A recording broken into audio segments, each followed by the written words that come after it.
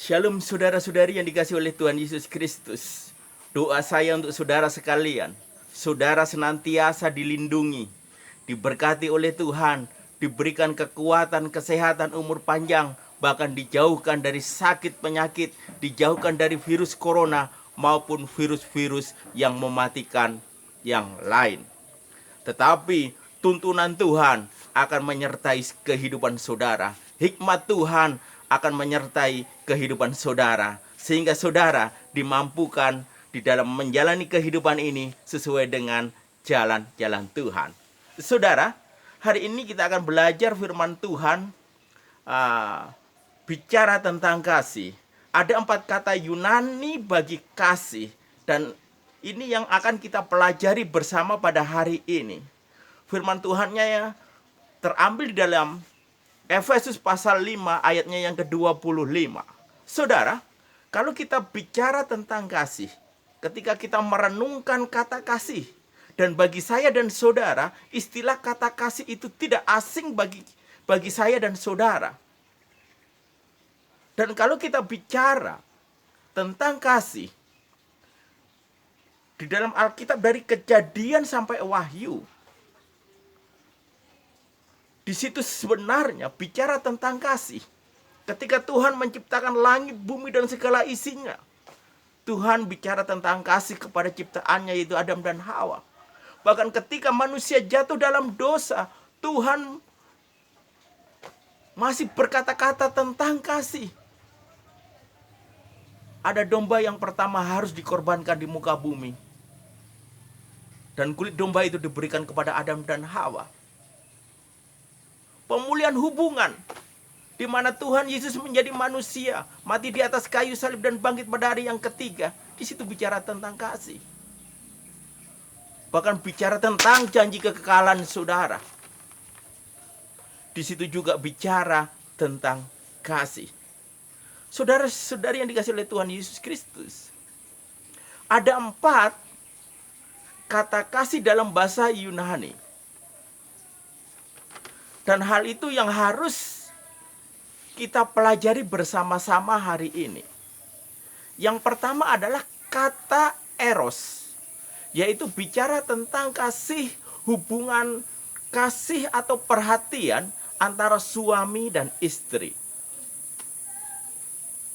Yang kedua adalah ada kata Yunani yaitu storge, bicara hubungan kasih di dalam keluarga antara orang tua dan anak.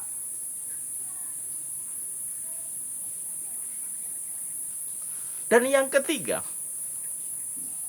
ada kata philo yang bicara tentang hubungan kasih antar sahabat. Seperti antara Raja Daud dan Yonatan. Saudara bisa baca di dalam 1 Samuel pasal 18 ayat 1 dan 4 dan 1 Samuel pasal 20 ayat 1 sampai dengan ayatnya yang ke-23. Dan yang terakhir, bahasa Yunani bicara tentang kasih adalah kata agape.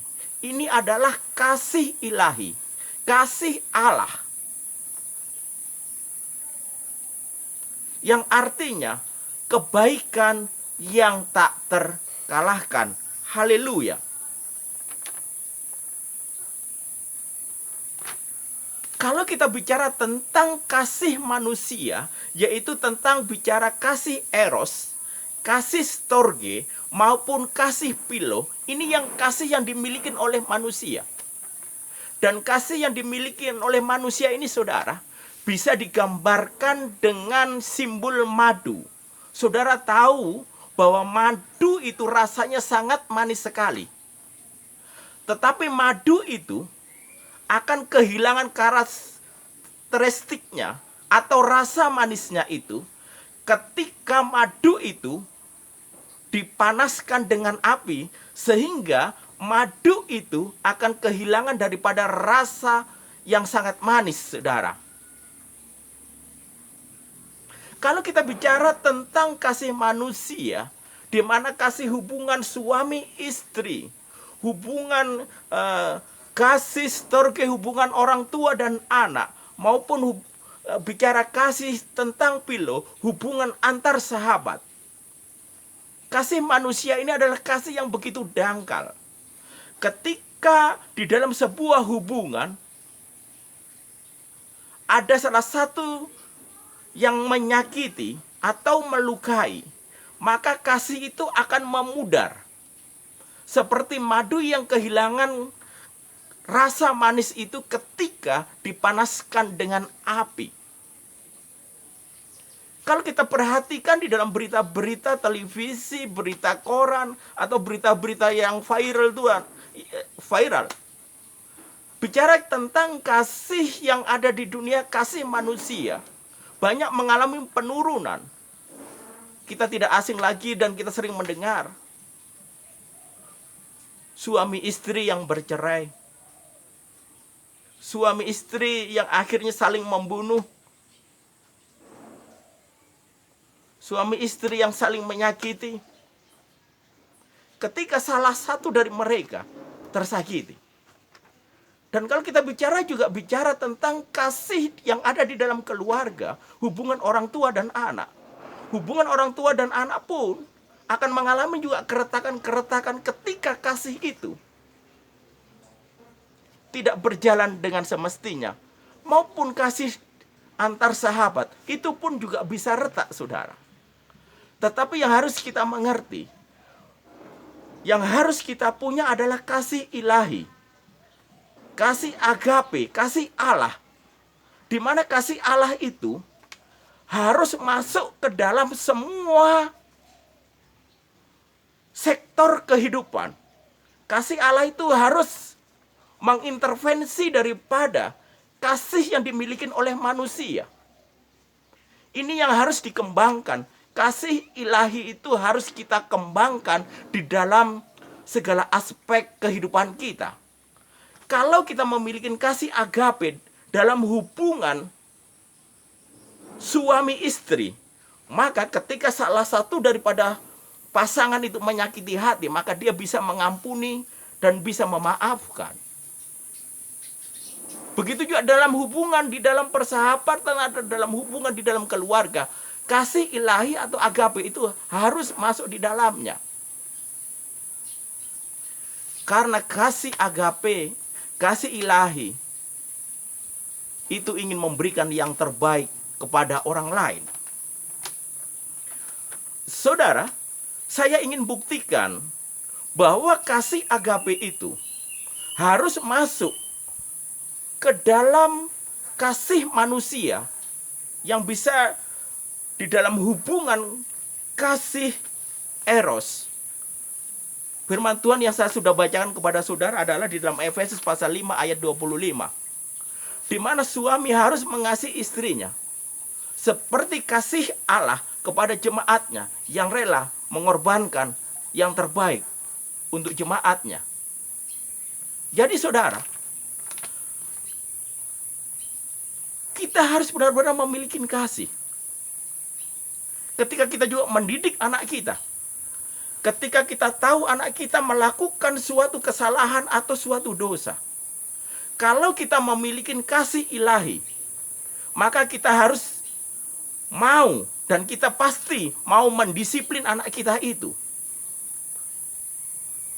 Tentu bentuk disiplin itu tidak menyenangkan, tetapi itu yang terbaik. Karena melalui disiplin itu, karena kita ingin memberikan yang terbaik, menyelamatkan anak kita dari api neraka. Tetapi kalau kasih manusia, saudara, ketika kita memiliki anak dan anak itu melakukan kesalahan, kasih manusia kadang tidak mau menghukum. Tetapi ini yang bahaya, justru menjerumuskan anak ini di kemudian hari. Kasih agape bicara tentang kasih yang memberikan yang terbaik kepada sesama. Oleh sebab itu, saya dan saudara harus memiliki kasih agape itu. Seorang suami istri harus memiliki kasih agape itu. Suatu hubungan pasti ada ketidakcocokan. Tetapi kalau kita punya kasih agape sebagai perekat, maka suami istri ini hubungannya akan kuat. Yang kedua, hubungan orang tua dan anak juga tidak akan retak ketika ada kita memiliki kasih agape itu. Hubungan persahabatan tidak akan retak ketika kita memiliki kasih agape itu. Oleh sebab itu, milikilah kasih agape dan lakukan kasih agape di dalam segala aspek kehidupan saudara, sehingga saudara bisa menerima kekurangan. Ketika saudara disakiti, saudara bisa mengampuni. Kalau saya dan saudara memiliki kasih agape itu, sahabat firman Tuhan dimanapun saudara berada,